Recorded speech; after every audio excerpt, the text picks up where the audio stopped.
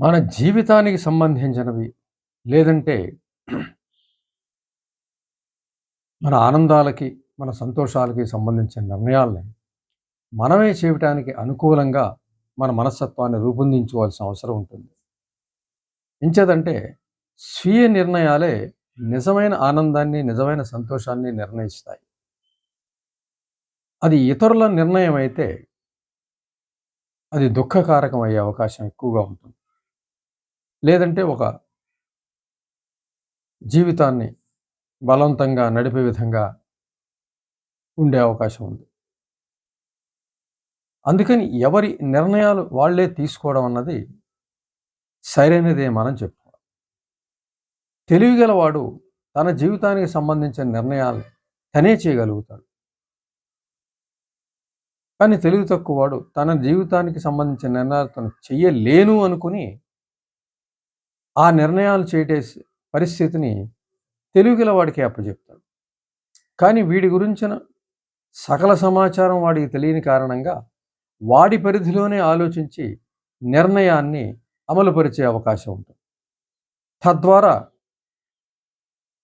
ఈ నిర్ణయం తీసుకోబడినటువంటి ఈ వ్యక్తి అనేకమైనటువంటి బాధలకి, కష్టాలకి గురయ్యే అవకాశం ఉంటుంది. ఇంచేతంటే అది తన నిర్ణయం కాదు గనక.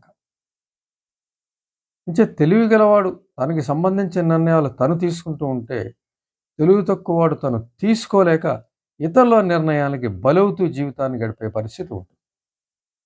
అంచేత ముందుగా మనం చేయవలసింది మన జీవితానికి సంబంధించిన నిర్ణయాలు మనమే తీసుకునే అలవాటును ఖచ్చితంగా చేసుకోవాలి. అన్ని నిర్ణయాలు మంచి ఫలితాలు ఇస్తాయని చెప్పలేం. నిర్ణయాల్లో కూడా కొన్ని మనం చేసే నిర్ణయాలు, తీసుకున్న నిర్ణయాలు కూడా కొన్ని మనకి చెడు చేయొచ్చు, కొన్ని మనకి మంచి చేయొచ్చు. అంత మాత్రం చేత ఎప్పుడైనా ఒక నిర్ణయం తీసుకున్నప్పుడు దానిలో మనకి చెడు ఎదురైనప్పుడు ఇంక మన నిర్ణయం తీసుకోకూడదనే ఆ నిర్ణయం తీసుకోవడం తప్పు. మంచి నిర్ణయం చేసే సమయంలో మంచి చెడు రెండూ ఉంటాయని గమనించాలి.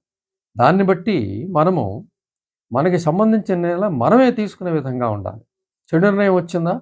అనుభవం నేర్చుకోవాలి. ఎందుకు ఈ నిర్ణయం వచ్చింది? ఏ కారణంగా, ఏ సమాచారం లేకపోవడం వల్ల ఈ తప్పు నిర్ణయం వచ్చింది అని దాని నుంచి ఒక పాఠం నేర్చుకుని ముందుకు వెళ్ళాలి తప్ప, ఆ ఒక్క నిర్ణయం తప్పు వచ్చింది కనుక ఇక మనం నిర్ణయమే చేయలేమని చెప్పి ఒక నిర్ణయానికి రావడం తప్పు. అంచేత నిర్ణయం తీసుకునేటప్పుడు మనకి జీవితానికి సంబంధించి మనదే అయి ఉండాలి. మనదే అయ్యుంటేనే అది మనకి జీవితాన్ని, సుఖాన్ని, ఆనందాన్ని ఇస్తుంది.